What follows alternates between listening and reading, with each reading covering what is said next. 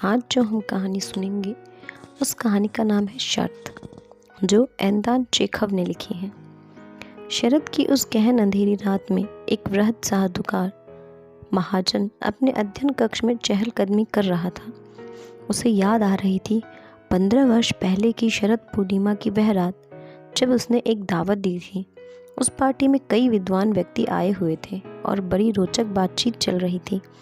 अन्य विषयों के बीच बात मृत्युदंड पर आ गई। मेहमानों में कई विद्वान व्यक्ति तथा पत्रकार भी थे जो मृत्युदंड के विरोध में थे और मानते थे कि यह प्रथा समाप्त हो जानी चाहिए, क्योंकि वह सभ्य समाज के लिए अशोभनीय और तथा अनैतिक है। उनमें कुछ लोगों का कहना था कि मृत्युदंड के स्थान पर आजीवन कारावास की सजा पर्याप्त होनी चाहिए। गृहस्वामी ने कहा, मैं इससे असहमत हूँ। वैसे ना तो मुझे मृत्युदंड का ही अनुभव है और ना ही मैं आजीवन कैद के बारे में ही कुछ जानता हूँ, पर मेरे विचार में मृत्युदंड आजीवन कारावास से अधिक नैतिक तथा मानवीय है। फांसी से तो अभियुक्त की तत्काल मृत्यु हो जाती है, पर आजन्म कारावास तो धीरे धीरे मृत्यु तक ले जाता है। अब बतलाइए, किसको दयालु और मानवीय कहा जाएगा, जो कुछ ही पलों में जीवन समाप्त कर दे या फिर धीरे धीरे तरसा तरसा कर मारे। एक अतिथि बोला, दोनों ही अनैतिक हैं, क्योंकि ध्येय तो दोनों का ही जीवन को समाप्त कर देना है और सरकार परमेश्वर तो है नहीं। उसको यह अधिकार नहीं होना चाहिए कि जिसे वह ले तो ले पर वापस ना दे सके। वहीं उन अतिथियों में एक 25 वर्षीय युवा वकील भी था। उसकी राय पूछे जाने पर वह कहने लगा, मृत्युदंड या आजीवन कारावास दोनों ही अनैतिक है, किंतु यदि मुझे दोनों में से एक को चुनने का अवसर मिले तो मैं आजन्म कारावास को ही चाहूँगा। न जीने से तो किसी का तरह का जीवन ही उससे ही बेहतर समझूंगा। इस पर काफ़ी जोशीली बहस छिड़ गई। वह साहूकार महाजन, जो गृहस्वामी था और उस समय जवान था पर अत्यंत अधीर प्रकृति का था, एकदम क्रोधित हो गए। उसने अपने हाथ की मुट्ठी को जोर से मेज पर पटका और चिल्लाकर कहा, तुम झूठ बोल रहे हो। मैं शर्त लगाकर कह सकता हूँ कि तुम इस प्रकार कारागार में 5 साल भी नहीं रह सकोगे। इस पर युवा वकील बोला, यदि तुम शर्त लगा सकते हो तो मैं भी शर्तिया कहता हूँ कि 5 तो क्या, मैं 15 साल रह कर दिखला सकता हूँ। बोलो, क्या शर्त है? 15 साल मुझे मंजूर है। मैं 2 करोड़ रुपए दांव पर लगाता हूँ। बात पक्की हुई। तुम 2 करोड़ रुपए दांव पर लगा रहे हो और मैं 15 साल की स्वतंत्रता को दांव पर रख रहा हूँ। अब तुम मुकर नहीं सकते, युवा वकील ने कहा। इस पर यह बेहूदी उटपटांग शर्त लग गई। उस साहूकार के पास उस समय कितने करोड़ रुपए थे जिनके बल पर वह घमंड में फूला नहीं समाता था। वह काफ़ी बिगड़ा हुआ और सनकी किस्म का आदमी था। खाना खाते समय उस युवा वकील से मजाक में कहने लगा, अरे अभी भी समय है, चेत जाओ। मेरे लिए तो 2 करोड़ रुपए कुछ भी नहीं है, पर तुम्हारे लिए अपने जीवन के 3 या 4 साल सबसे कीमती वर्ष खोना बहुत बड़ी चीज़ है। मैं 3 या 4 साल इसलिए कह रहा हूँ कि मुझे पूरा विश्वास है तुम इससे अधिक नहीं रह पाओगे। यह भी मत भूलो कि स्वेच्छा तथा बंधन में बड़ा अंतर है। जब यह विचार तुम्हारे मन में आएगा, तुम जब चाहो मुक्ति पा सकते हो, तो वह तुम्हारे जेल के जीवन को पूरी तरह जहन्नुम बना देगा। मुझे तो तुम पर बड़ा तरस आ रहा है। और आज वह साहूकार उन पिछले दिनों की बात सोच रहा था। उसने अपने आप से पूछा, मैंने क्यों ऐसी शर्त लगाई थी? उससे किसका लाभ हुआ? उस वकील ने तो अपने जीवन के 15 महत्वपूर्ण वर्ष नष्ट कर दिए और मैंने अपने 2 करोड़ रुपए फेंक दिए। क्या इससे लोग यह मान जाएंगे कि मृत्युदंड से आजीवन कारावास बेहतर है या नहीं? यह सब बकवास है। मेरे अंदर तो एक अमीर आदमी की सनक थी और उस वकील के लिए वह अमीर होने की एक मांधांध लालसा। उसे यह भी ना आया कि उस पार्टी के बाद यह तय हुआ था कि वह वकील अपने कारावास के दिन सख्त निगरानी और सतर्कता के अंदर उस साहूकार के बगीचे वाले खंड में रखा जाएगा। यह भी तय हो गया था कि जब तक वह कारागार में है, वह किसी से भी नहीं मिल सकेगा, ना किसी से ही बातचीत कर पाएगा। उसे कोई अखबार भी नहीं मिलेंगी और ना ही किसी के पत्र मिल सकेंगे। हाँ, उसको एक वाद्य यंत्र दिया जा सकता है, पढ़ने के लिए उसे पुस्तकें मिल जाएंगी और वह पत्र भी लिख सकेगा। शराब पी सकता है और धूम्रपान भी कर सकता है। यह मान लिया गया कि बाहर की दुनिया से संपर्क के लिए वह केवल वहाँ बनी हुई खिड़की में से चुपचाप अपने लिखित नोट भेज सकेगा। हर आवश्यकता की चीज़ जैसे पुस्तकें, संगीत, शराब इत्यादि वह जितनी चाहे उसी खिड़की में से ले सकता है। एग्रीमेंट में हर छोटी से छोटी बात को ध्यान में रखा गया था। इस कारण वह कारावास एकदम काल कोठरी के समान हो गई थी और उसमें उस वकील को 14 नवंबर 1870 के 12 बजे रात से 14 नवंबर 1885 की रात को बाहर 12 बजे तक पूरे 15 साल रहना था। उसमें से किसी भी प्रकार की भी खामी होने से, चाहे वह 2 मिनट की भी हो, साहूकार 2 करोड़ रुपए देने के दायित्व से मुक्त कर दिया जाएगा। इस कारावास के पहले साल में जहाँ तक उसके लिखे पर्चों से पता लगा, उसे अकेलापन था, ऊब महसूस की। रात दिन उसके कक्ष में पियानो की आवाज़ें आती थी। उसने शराब और तंबाकू त्याग दिए थे और लिखा कि ये वस्तुएं उसकी वासनाओं को जागृत करती हैं और ये इच्छाएं तथा वासनाएं तो एक बंदी की मुख्य शत्रु हैं। अकेले बढ़िया शराब पीने में कोई मज़ा नहीं है। सिगरेट से कमरे में धुआं फैल जाता है और वहाँ का वातावरण दूषित हो जाता है। इस पहले वर्ष में उसने हल्की फुल्की किताबें पढ़ी, जिनमें अधिकतर सुखांत, कामोत्तेजक, अपराध संबंधी और इसी तरह के उपन्यास थे। दूसरे वर्ष में पियानो बजना बंद हो गया और बंदी ने अधिकतर उत्कृष्ट और शास्त्रीय साहित्य में रुचि ली। 5वें वर्ष में फिर संगीत सुना जाने लगा और शराब की भी मांग आई। खिड़की से झांककर देखा गया, वह अधिकतर खाने पीने तथा सोने में ही अपना समय बिताता रहा। अक्सर वह जम्हाइयाँ लेते हुए देखा गया और कभी कभी अपने आप से गुस्से में बोलता रहा। पढ़ना भी उसका बहुत कम हो गया था। कभी कभी रात्रि में लिखने बैठ जाता और बहुत देर लिखता रहता और सुबह को वह सब लिखा हुआ फाड़ कर फेंक देता। कई बार उसको रोकते हुए भी देखा गया। वह 6ठे साल के अंत में उसने भाषा, साहित्य, दर्शन, शास्त्र तथा इतिहास में रुचि लेना आरंभ कर दिया। वह बड़ी तेजी से पढ़ता रहा और यहाँ तक कि साहूकार को उसकी पुस्तकों की मांग को पूरा करना कठिन हो गया। 4 वर्षों में उसकी मांग पर कम से कम 600 पुस्तकें पहुंचाई गईं। इसी मांग के दौरान उसने साहूकार को लिखा, मेरे प्रिय जेलर, मैं यह पत्र 6 भाषाओं में लिख रहा हूँ।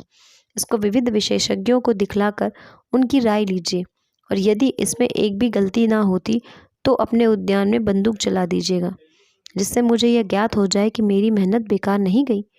विभिन्न देशों और कालों के प्रतिभाशाली जिज्ञासु अपनी अपनी भावनाओं को विभिन्न भाषाओं में लिखे गए, पर उन सब में वही ज्योति जगमगाती है। काश आप मेरे इस दिव्य आनंद को, जैसा कि मुझे इस समय मिल रहा है, समझ सकें। कैदी की इच्छा पूरी की गई और साहूकार के आदेश पर उसके उद्यान में 2 गोलियां दागी गईं। 10 साल के बाद वह बंदी अपनी मेज के सामने जड़ अवस्था में बैठा बैठा केवल बाइबल का न्यू टेस्टामेंट पढ़ता रहा। साहूकार को यह बड़ा अजीब लगा कि जब उसने 4 सालों में 600 पांडित्यपूर्ण पुस्तकों को पढ़कर उन पर पूरी तरह कुशलता प्राप्त कर ली, तो कैसे वह पूरे 1 साल तक न्यू टेस्टामेंट ही पढ़ता रहा, जो कि छोटी सी पुस्तक है। उसमें उसने क्या देखा? न्यू टेस्टामेंट के बाद उसने धर्मों का इतिहास तथा ब्रह्म विद्या पढ़ना शुरू किया। अपने कारावास के अंतिम 2 सालों में उसने असाधारण रूप से जो कुछ भी उसकी समझ में आया, अंधाधुंध पढ़ा। पहले तो उसने प्राकृतिक विज्ञान में ध्यान लगाया, उसके बाद बायरन तथा शेक्सपियर को पढ़ा, फिर उसके पास से रसायन शास्त्र और चिकित्सा शास्त्र की मांग की आई। एक उपन्यास और फिलॉसफी तथा थियोलॉजी पर विवेचना भी उसकी मांगों में थी। ऐसा लग रहा था जैसे वह किसी सागर में बहता जा रहा है और उसके चारों ओर किसी भग्नावशेष के टुकड़े बिखरे पड़े हैं और उनको वह अपने जीवन की रक्षा के लिए एक के बाद एक चुनता जा रहा है। साहूकार सब याद करता जा रहा था और सोच रहा था कि कल वह दिन भी आ रहा है जब इकरारनामे के मुताबिक कैदी को उसकी मुक्ति मिल जाएगी और मुझे 2 करोड़ रुपए देने पड़ जाएंगे, और अगर मुझको यह सब देना पड़ेगा तो मैं तो कंगाल हो जाऊंगा। 15 वर्ष पहले जब यह शर्त लगाई थी, तब तो इस साहूकार के पास बेहिसाब दौलत थी, पर वह सब धन तो उसने सट्टे और जुए में गंवा दिया, जिस लत को वह छोड़ ही नहीं सका, और उसका सारा कारोबार नष्ट हो गया था। अपने धन के मद में चूर वह घमंडी साहूकार अब साधारण श्रेणी में आ गया था, जो कि छोटे से छोटे घाटे को भी बर्दाश्त नहीं कर सकता था और घबरा जाता है।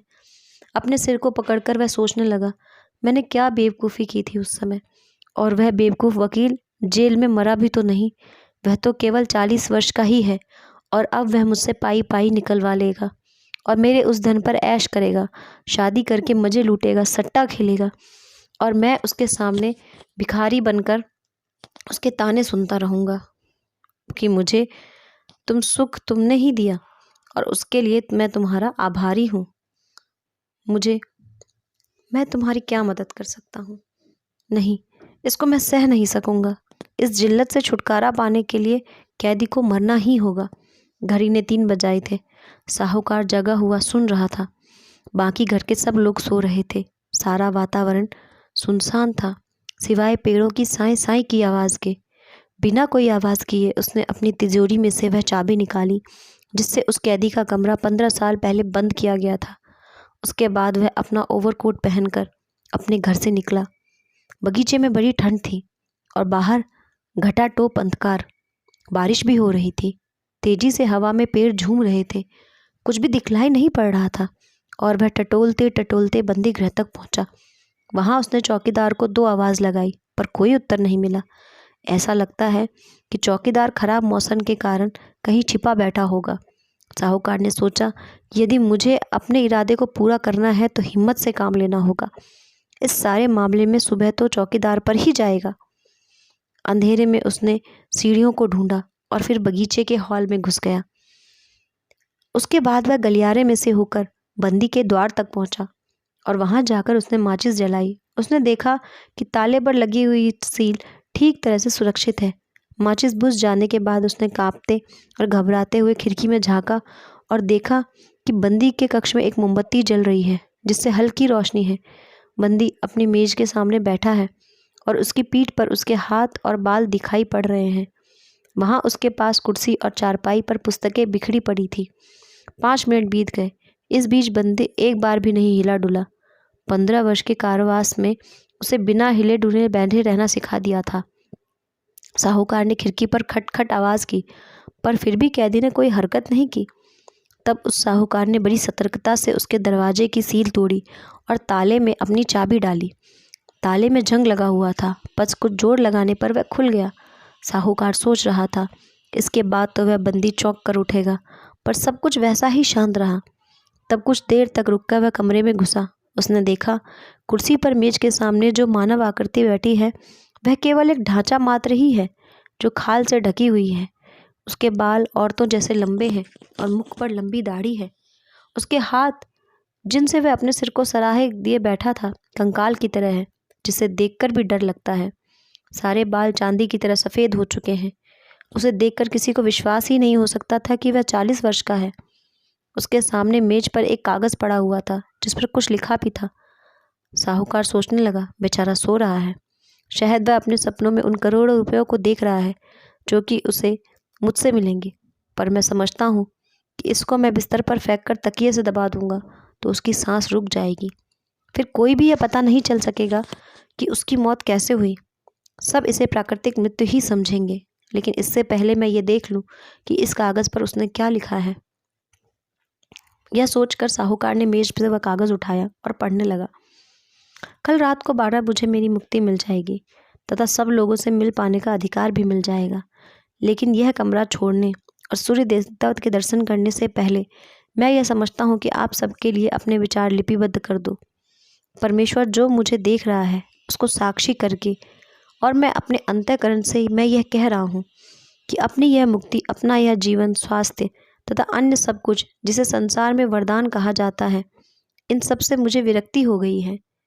इन 15 वर्षों में मैंने इस सांसारिक जीवन का गहन अध्ययन किया।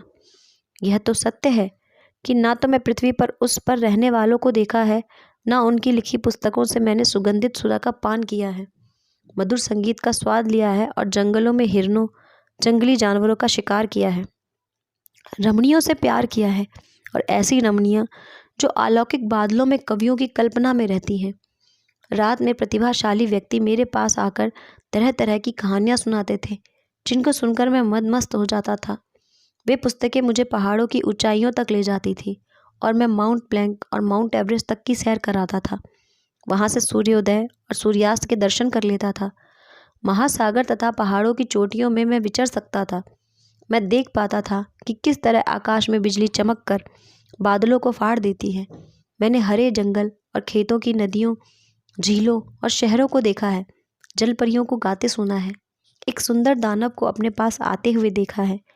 यह पुस्तकें मुझे अथाह अगाध सीमा तक ले जाती हैं और अनेक चमत्कार दिखलाती हैं। शहर जलते और भस्म होते देखे, नए नए धर्मों के प्रचारकों को सुना और कितने देशों पर विजय प्राप्त की।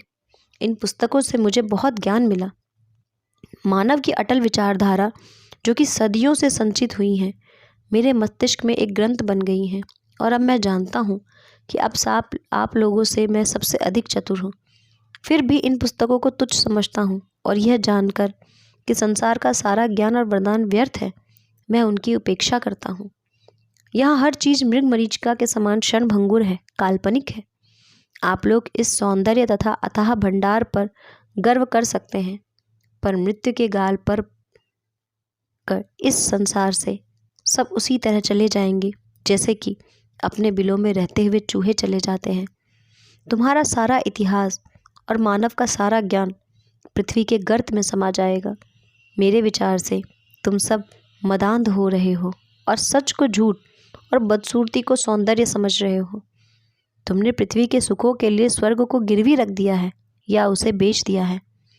इसलिए उन सब सुखों को त्याग के लिए मैंने तय कर लिया है कि मैं अपने कारावास की समाप्ति से 5 मिनट पहले ही निकल जाऊंगा और आजीवन संन्यास ले लूँगा, जिससे कि साहूकार अपना धन अपने पास रख सके। साहूकार ने उस पत्र को पढ़ने के बाद वही मेज पर रख दिया और उस अद्भुत व्यक्ति के सर को चूम कर रोने लगा। फिर वहाँ से चल गया। उसे अपने ऊपर इतनी ग्लानि हो रही थी जैसे पहले कभी नहीं हुई। अपने कमरे में आकर वह बिस्तर पर लेट गया, पर उसे अपने हृदय में मलाल के कारण ना तो बहुत देर तक नींद ही आई, ना ही उसके आंसू रुके। अगले दिन प्रातः बेचारा चौकीदार भागता हुआ आया और उसने बतलाया कि वह बंदी खिड़की में से कूदकर फाटक के बाहर चला गया। अफवाहों से बचने के लिए साहूकार ने बंदी के कक्ष में जाकर मेज पर पड़े उस सन्यास वाले कागज़ को उठा लिया और अपनी तिजोरी में सदा के लिए बंद कर दिया।